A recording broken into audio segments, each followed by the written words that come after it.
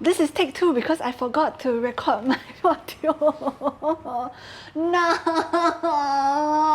why? When your heart finds a home, when you find what you've been searching for, I'll be by your side and walk you down into your forever. I'm back. I mean, it's been a while. I had a video about my cats and then I posted it and then I deleted it because I was annoyed about the audio. But now I am no longer annoyed because I have a new mic that I forgot to plug in the first time round. Hello, my name is Georgia and I'm reading The Artist's Way. There's a reason why I'm reading this. I am a very blocked writer. By very blocked, I mean like for the past 13 years, 14? I'm 31. For the past 14 years, I have been plagued by the censorship monster in my brain. So whenever I write anything, my brain goes blah. It's terrible. Why are you writing this? It's not art. I don't know who's the person who decides what art is in my head, but that's how it sounds like. Blah. So bad. Stop writing. You're terrible. That's basically what I sound like all the time in my head. So every time I write anything, that's what happens. And the last time I wrote anything that's remotely a story was for school. I had my final year project to do. And I was like, I'm going to do creative writing because I'm a writer and I should do that. And I did that. But then I did it begrudgingly. Like it was terrifying and terrible. And I was just annoyed the whole time. And I was also overseas with my shitty ex-boyfriend. And then I was just like finishing everything at one go. And I don't know how I survived it, but I did. I thankfully got an A for it. But how did that happen? I don't know. Can I replicate it again? Evidently not, because after that, I just never wrote anything. So that's... How long has that been? Early 2016? Maybe? Yeah. All I wrote since then are just poems. And I say poems, but I mean like poems with quotation marks because to me, I feel like they're not really poems.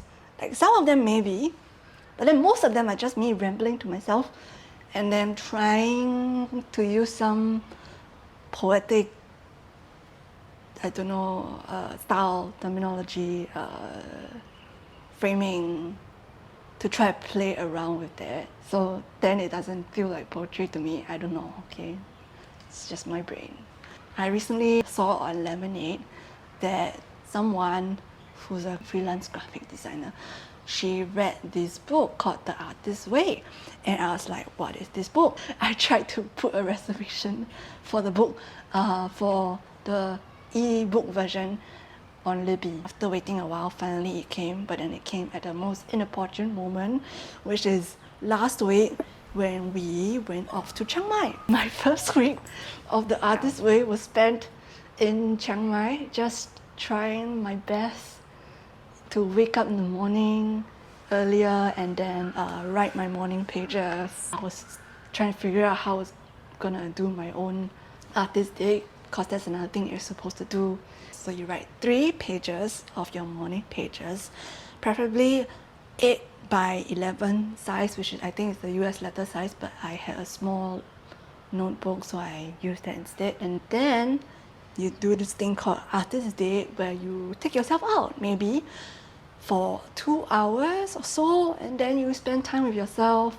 You know, it could be anything fun, like visiting a stationery shop if you like to do that, or playing with cats, going to a museum. You're supposed to just kind of listen to yourself, and then when you do these things, your brain will be like, why are you trying to be so stiff and boring? And then you should not do that anymore. You should do the things that is more fun to you. It's like a type of rejuvenation for your inner artist who's like a child. Because of that, I kind of missed 2 days. One day I was eating breakfast out, so I just could not do my morning pages. And the next day we had to travel back to Singapore. So once again we wake up early in the morning and then faster eat breakfast and faster go to the airport. And then also I fell asleep on Sunday while writing. So, but I kind of made that up on Monday. Like on Monday, I wrote the 2 more pages that I missed while I was writing, and then I fell asleep. I paused, I went to do other things, and then I continued my Monday's morning pages after reading through the next chapter. You're supposed to have a check-in with yourself after every week. So far, it has been an interesting journey. I would say the first time I did it, I felt like my brain was a bit clearer. Does that make sense? I felt like I've been in this fog for a while now, but then after I wake up and just write my thoughts down, it's easier to think. It's easier to also feel productive. I guess because like the act of writing feels productive, so then when I'm writing, I feel like I'm doing something rather than just doing nothing, which just feels like what I'm doing all the time, you know, even when I'm doing something. You're not supposed to read back for your morning pages, so you can't like look at what you've written before. But I read a review, someone said that in week 8 you will look back at your morning pages. Exactly what will happen then, I don't know. I'm just keeping a mystery. It's very difficult because I just want to finish reading everything. But I'm telling myself that since this is a book that is meant to be read over 12 weeks like a program, then I'm just gonna do it like a program and see where it takes me. One thing I've noticed is that in my morning pages, I tend to try to resolve the things that I'm writing about. I don't know whether it's the right way to do it or not, whether there is a right way to do your morning pages. But if I start out writing about an issue or topic or something that I'm worried about, then at the end of it, I will feel like I have to kind of go back to that topic again and then resolve it. I don't know, like give it a meaning or something. I don't know whether it's because I write, so then I do this thing where I want to like tie everything up with a bow. I don't know. I also write a lot of I don't knows. Don't exactly know why. I will write something like a statement or something, and then I'll say I don't know. I don't know what is it that I don't know. I don't know. See? Yeah. Or it just might be doubt in my mind. So today, I brought myself out on an artist date. Okay, I went to a bookstore that opened 3 weeks ago. It's called Book Bar. It's at Duxton. It's quite easy to find. You just walk through the shop houses at Tanjong Pagar, and then you will find yourself at this like cafe cum bookstore. They sell 99% Singlish books and then like maybe a few translated books from the region. I think he said he was bringing in a Vietnamese translated book, which sounds interesting because I mean I wouldn't be able to read Vietnamese otherwise. I got to talk to the owner for a bit and then sit down. I honestly didn't do my morning pages when I woke up today because I had a meeting outside. So I went for the meeting and then I did my morning pages. So I bought 2 things. I bought this. This is a letter writing kit over here. I mean, I took it out just now during my first take to show what's inside. But basically, like, you have seals and envelopes and paper, and the papers all have like different illustrations. Can you see?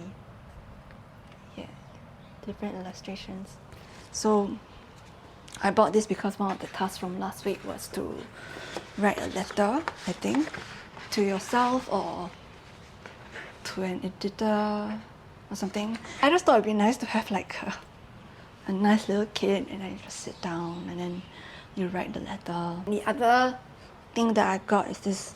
I always wanted to read it because every time I see it, I want to eat tteokbokki. It is I want to die, but I want to eat tteokbokki. Flipping through it, it seems to be like conversations with the psychiatrist, and it says at the back that it's a part memoir, part self-help. This is a book to keep close and to reach for in times of darkness. I don't know if I necessarily have like super bad times of darkness to say, but the idea of reading conversations is interesting to me, so I got it. And also I got free stickers. They had different colors of the book, which is why the stickers are also different. There's another one, but I didn't get it. Can you see the stickers now? And there was also a notebook that was a bit smaller that was given, but I don't like lined notebooks. And it was so small, I didn't know what to do with it, so I was like, maybe I will leave it behind for someone else to use. And then I asked whether I could get 2 stickers instead. So that was my artist day. It was a little weird, I think, mostly because I feel like I haven't been out by myself for a while, like intentionally. And then also because I got annoyed by a lot of things. Which I'm not sure is supposed to be happening, because you're supposed to be like, I'm going out on an artist date. I'm supposed to be rejuvenated. But then I'm over there sitting and these 2 people are speaking to each other in Spanish, and you can just hear it in my footage because I recorded myself just doing some eating and writing, right? I don't even know what they're talking about. But they're talking. The whole time I'm just like, wow, why are they still here? Which I realize should not be what's happening. And also, I'm in a cafe. Obviously, people are gonna talk. Maybe I just had this idea of what are like just an ideal date with myself that I would want to be on. Like, I want to sit down in a quiet area, you know, I'm just chilling, I'm sitting and like people watching, or like listening to the sounds of nothing. I don't know, my introvert date. But then the ideal was shattered. If it was a conversation that I could hear, that I could eavesdrop on, you know, because that was one of the things that we learned back in school, to just, I mean, this sounds terrible, but to just kind of eavesdrop on other people's conversation a little bit, so that you know how dialogue works. That would have been more interesting than listening to a conversation that I didn't understand. So that was slightly disappointing. I can't believe I'm admitting that I would rather have eavesdropped on somebody's conversation, but okay. People read this book and then they say like their lives are changed by it because of the habits that they have changed themselves. I just want to be able to live a life that I'm happy with. Does that make sense? I want to be more creative, because I think by being creative, I will be happier doing that. But also there's a lot of like trusting in God in this. Like, God is supposed to mean whatever God means to you in this book. But I get the sense that she's a bit more spiritual, I guess. There's mentions of like, there is a divine plan of goodness for me or for my work. Through using my creativity, I serve God or things like that. It sounds very like big and airy-fairy, and you're wondering like, why? What has creativity got to do with God? And I don't know, whatever God means to you, or whatever God means to me, I don't know.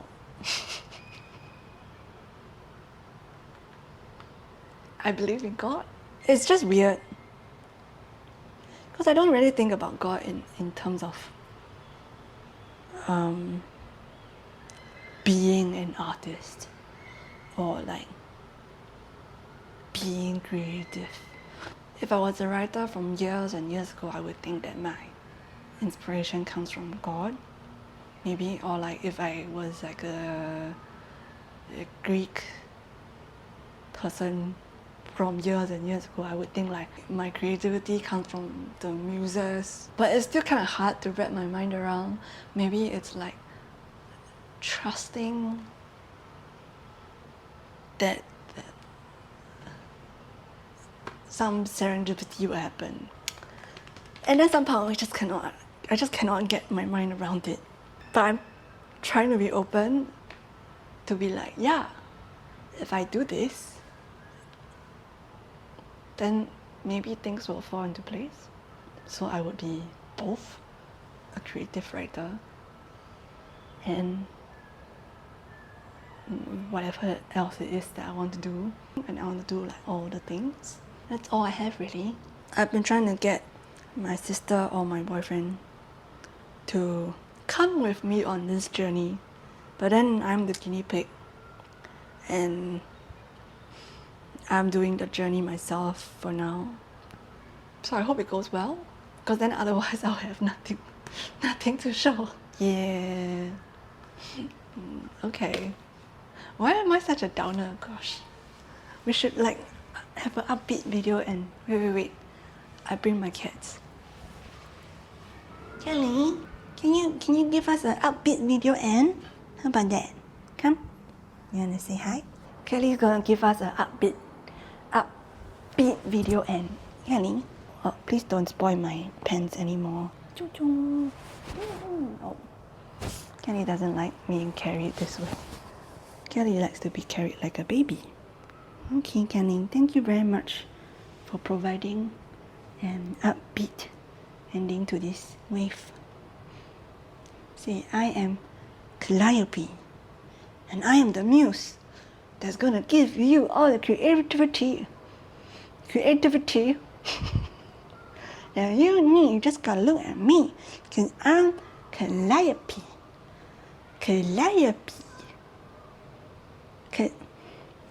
Okay, bye. Good luck on your artist way journey. Good luck. I'll be rooting for you. Safi at the back. Then you can't see her, but you know. Safi will be rooting for you too. Now that we're done filming, Callie is just wondering why all these random things that I have left on the floor so far. Safi also wishes you guys the best. Anybody who is doing the art this way, may you all be full-fledged artists and be awesome in your creative life. Best